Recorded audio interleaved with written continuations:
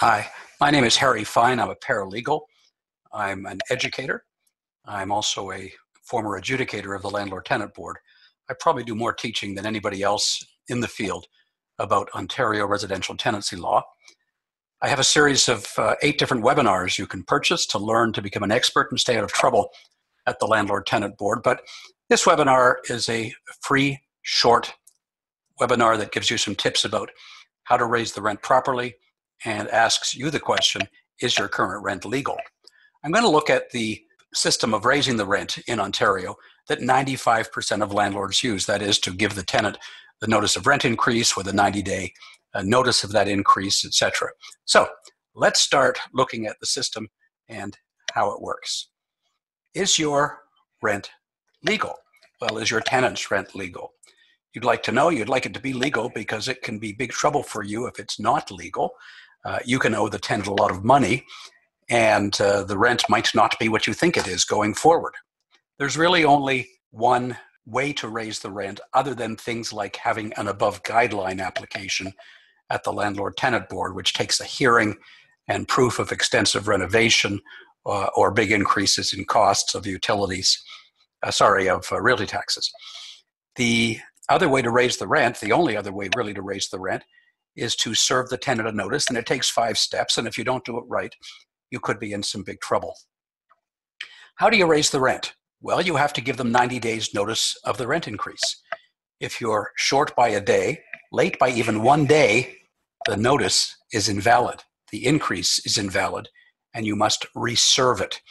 It's 90 days, but if you mail the notice, the Landlord-Tenant Board rules say that mail is deemed to add 5 days, so you have to make sure if you put the notice of rent increase in the mail, you give 95 full days. You can't raise the rent more than once every 12 months.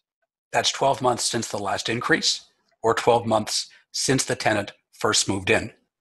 The government controls the percentage by which you can raise the rent. And this is now true for all residential tenancies in Ontario where the Residential Tenancies Act applies. In this year, 2018, it's 1.8%. Last year, 1.5%.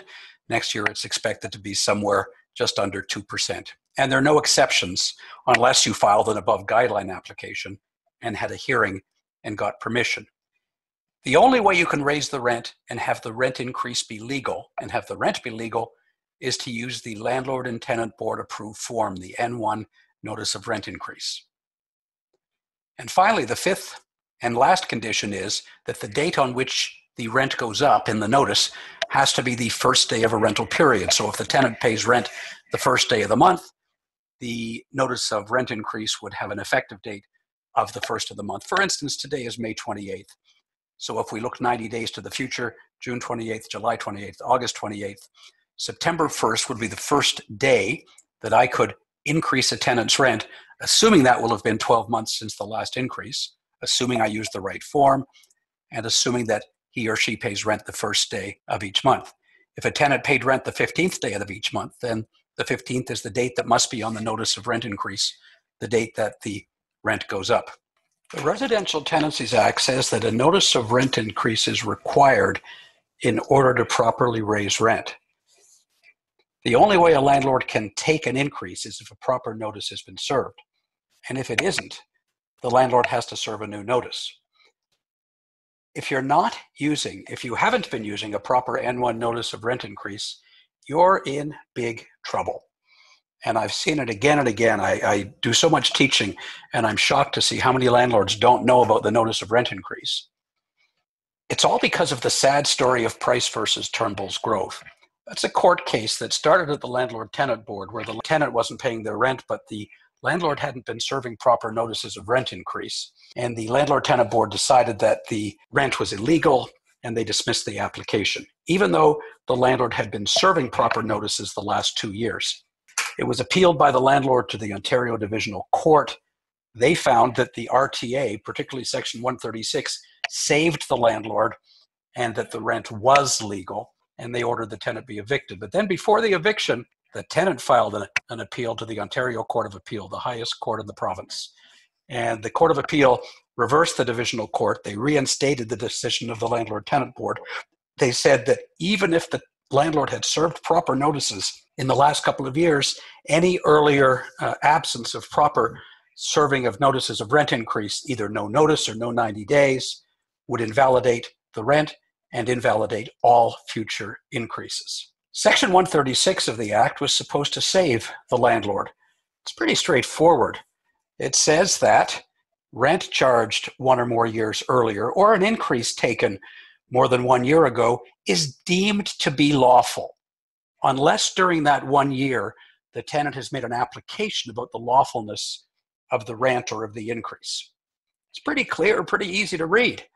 And for decades, literally, landlords believed that Section 136 created a 1-year limitation period after which time rents were legal. The way the legislation was supposed to work is that for rent increases, there were in effect 2 piles. You could put the rent increase in: an illegal rent increase notice pile and a legal rent increase notice pile. So for instance, I'm going to use a pen here to represent a notice of rent increase.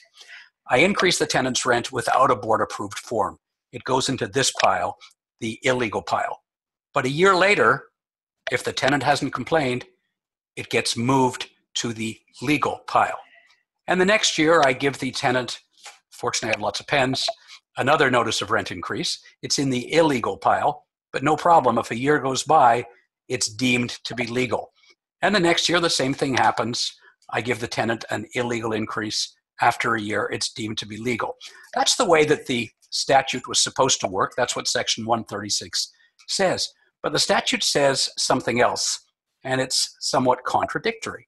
The statute says that an increase in rent is void if the landlord has not given the notice required by this section, and the landlord must give the tenant a new notice of rent increase before the landlord can take the increase. So what does that mean? What does it mean when it says void? Well, here's what the Court of Appeal says it meant. I give this illegal notice of rent increase. I don't know it's illegal, or maybe I do know it's illegal, doesn't matter.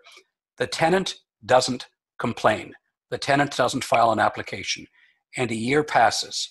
So I go to move this into the legal pile, but Section 116 says the notice is void. Void in law means it doesn't exist. And because it doesn't exist, I can't move it to the legal increase pile. So that's a bit of a problem. You've now got a rent that you've been charging for a year that's illegal, and you've got a new notice of rent increase that you're serving based on the old illegal rent. It's going to be illegal too. So in fact, if you haven't given the notice of rent increase, and let's just say for a moment, let's take a bad scenario. The tenant's been there for 10 years, and when they moved in, the rent was $1,300, and today it's $1,450. They're paying $150 a month or $1,800 a year too much. And if the tenant sues you at the landlord-tenant board, their rent goes back to $1,400. But even worse, you owe them all that money that you've overcharged. $1,800 the first year, a little less the next year, going back towards the year they moved in. The notice of rent increase is key, and it's so easy. If you fill it out in the 9th month since the last increase, serve it in the 9th month so that you give it the full 90 days notice of the intended increase. Do the math. Don't round up ever, because if you round up, the notice of rent increase is no good. It's defective.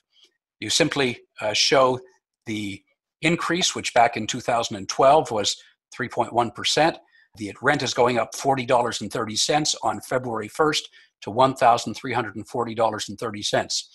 You tick off this box that says the rent increase is at or below the maximum the government permitted that year, and that's it. Make a copy for yourself. If possible, get the tenant to sign your copy, because it's the most important document you have. Without this document, without proof that you have served this notice of rent increase, you're in trouble. And if you haven't served the notice of rent increase, but have done it with emails, letters, phone calls, texts, etc., your rents are illegal. What can you do about it? Very, very little. Really nothing. Because your rents are now all illegal.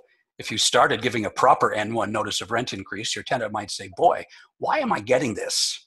I never got this before. If you go to the landlord-tenant board to evict a tenant for rent arrears, and the tenant goes to see duty counsel, and then the tenant tells the adjudicator that the rent is illegal, you lose, you don't evict the tenant, but now the tenant will start the process to sue you for the rent that you've been overcharging. If you've been overcharging for 6 months, it's a new tenant, you raised the rent 6 months ago and you didn't do this. What I would suggest, and this is not legal advice, but my suggestion would be give the money back. Do the calculation. 6 months times $13 is $78. Give it back by way of a check and give a new notice of rent increase for 90 days hence, effective the first day of a rental period. Landlord-tenant law is complicated. It's not intuitive. It's not logical. It's not fair. The government has the right to draft the legislation as they see fit. And landlords and tenants cannot contract out of the statute. So it doesn't matter what you've agreed. It doesn't matter if the landlord and tenant have agreed on rent increases over the guideline or agreed to have an email notice of rent increase. Be careful, educate yourself, or you'll get into a lot of trouble. Good luck landlording.